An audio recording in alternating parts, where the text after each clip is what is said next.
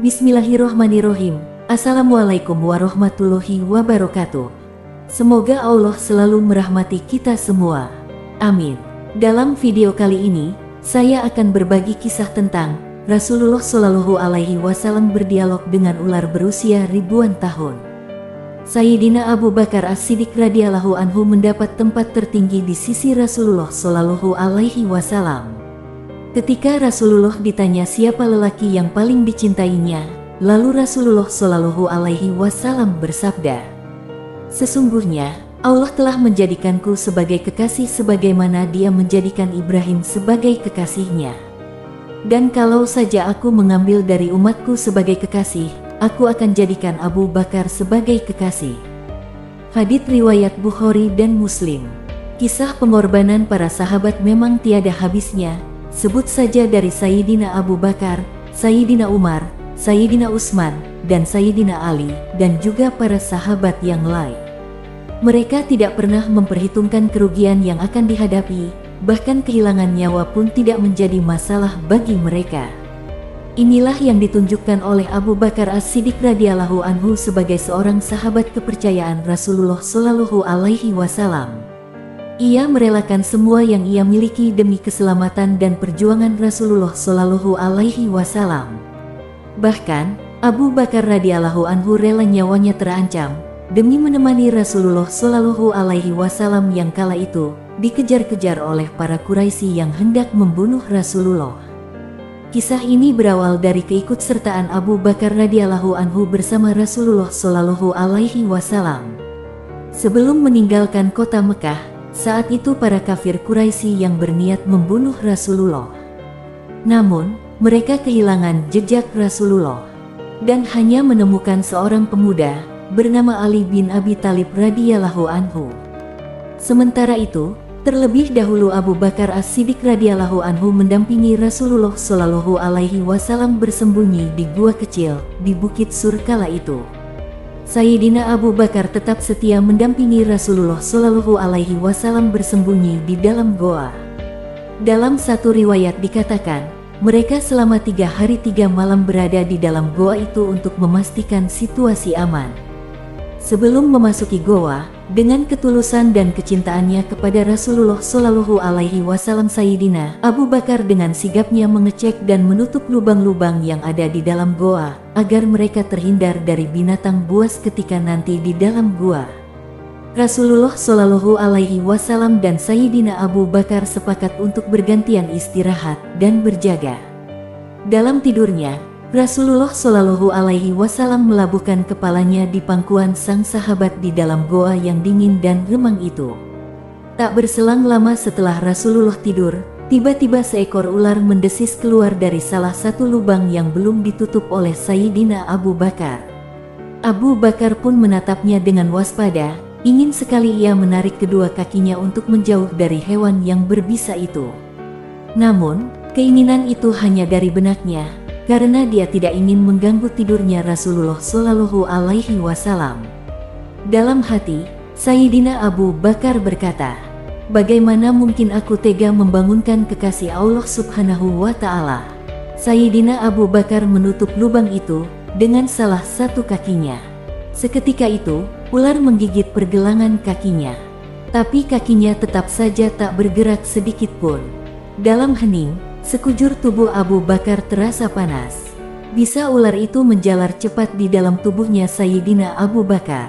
Karena tak kuasa menahan sakit, Sayyidina Abu Bakar sampai menangis ketika rasa sakit yang tak tertahankan lagi. Dan tanpa dia sengaja, air matanya menetes mengenai pipi Rasulullah Shallallahu Alaihi Wasallam yang tengah berbaring di pangkuannya. Rasulullah Shallallahu Alaihi Wasallam pun terbangun, lalu berkata, "Wahai hamba Allah, apakah engkau menangis karena menyesal mengikuti perjalanan ini?" "Tentu saja tidak ya Rasulullah, saya ridho dan ikhlas mengikutimu kemanapun itu," jawab Sayyidina Abu Bakar radhiyallahu anhu. "Lalu mengapa engkau meluluhkan air mata?" bertanya Rasulullah Shallallahu Alaihi Wasallam kepada Sayyidina Abu Bakar. "Dengan bersahaja, seekor ular baru saja menggigit kakiku ya Rasulullah, lalu bisanya menjalar begitu cepat ke dalam tubuhku," jawab Abu Bakar. dengan suara tercekat. Lalu Rasulullah Shallallahu Alaihi Wasallam berbicara kepada ular itu, "Hai ular, tahukah engkau, jangankan daging atau kulit Abu Bakar, rambut Abu Bakar pun haram kau makan." Dialog Rasulullah Shallallahu Alaihi Wasallam dengan ular itu adalah satu-satu mukjizat beliau, sehingga Sayyidina Abu Bakar pun mendengar dialog mereka. Ular itu menjawab, "Iya, aku mengerti wahai Rasulullah. Sejak ribuan tahun yang lalu, ketika Allah Subhanahu wa Ta'ala mengatakan barang siapa memandang kekasihku Muhammad fil mahabbah atau dengan kecintaan, aku anggap cukup untuk menggelar dia ke surga. Ya Allah ya Rob, beri aku kesempatan yang begitu cemerlang dan indah. Aku ular, ingin memandang wajah kekasihmu dengan mahabbah." Lanjut ular itu, lalu Allah Subhanahu wa Ta'ala berfirman, "Silahkan kamu pergi ke Jabal Sur dan tunggu di sana. Kekasihku akan datang pada waktunya. Ribuan tahun aku menunggumu di sini, aku dilanda kerinduan untuk berjumpa engkau ya Rasulullah. Tapi sekarang ditutup oleh kaki Abu Bakar, maka ku gigitlah dia, dan aku tidak ada urusan dengan Abu Bakar. Aku hanya ingin bertemu engkau ya Rasulullah." Jawab sang ular itu.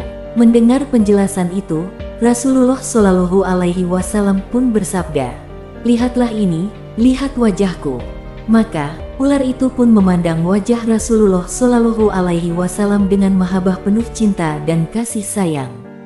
Tanpa menunggu waktu lama, Rasulullah Shallallahu Alaihi Wasallam meraih pergelangan kaki Sayyidina Abu Bakar dengan mengagungkan nama Allah Subhanahu wa Ta'ala Sang Pencipta Semesta. Rasulullah Shallallahu Alaihi Wasallam mengusap bekas gigitan itu dengan ludahnya. Maha suci Allah, seketika rasa sakit itu hilang tak berbekas. Goa Sur kembali ditelan senyap. Kini giliran Sayyidina Abu Bakar beristirahat dan Rasulullah Shallallahu Alaihi Wasallam berjaga. Sayyidina Abu Bakar menolak ketika Rasulullah Shallallahu Alaihi Wasallam menawarkan pangkuannya untuk beristirahat. Abu Bakar As-Siddiq radhiyallahu anhu tidak akan rela jika dirinya membebani pangkuan yang penuh berkah itu. Begitu tinggi pengorbanan, kecintaan dan adab Sayyidina Abu Bakar As-Siddiq radhiyallahu anhu kepada Rasulullah Shallallahu Alaihi Wasallam. Dalam hadis Bukhari disebutkan, dalam riwayat sahabat Ibnu Umar radhiyallahu anhu bahwa beliau mengatakan, "Kami para sahabat pernah menilai orang terbaik di zaman Nabi, maka kami dapatkan yang terbaik adalah Abu Bakar As-Siddiq radhiyallahu anhu. Kemudian Sayyidina Umar bin Khattab radhiyallahu anhu. Kemudian Utsman bin Affan radhiyallahu anhu. Mudah-mudahan Allah meridhoi mereka semua." Bahkan penilaian tersebut disampaikan oleh sahabat Sayyidina Ali bin Abi Thalib radhiyallahu anhu. Ketika ditanya oleh putranya Muhammad bin Al-Hanafiyah yang mengatakan, "Aku bertanya kepada ayahku, siapa yang terbaik setelah Rasulullah Shallallahu Alaihi Wasallam?" Maka ia menjawab, "Abu Bakar." Aku pun bertanya lagi, "Kemudian siapa setelah itu?" Sayyidina Ali menjawab, "Kemudian Umar." Maka aku khawatir dia akan menjawab Utsman. Setelah itu, aku pun segera memotongnya. "Kemudian engkau?" Sayyidina Ali menjawab, "Aku hanyalah seseorang dari kaum muslimin." Hadis riwayat Bukhari. Wallahu a'lam bishawab. Semoga pesan yang ada dalam video ini bermanfaat untuk kita semua. Amin. Wassalamualaikum warahmatullahi wabarakatuh.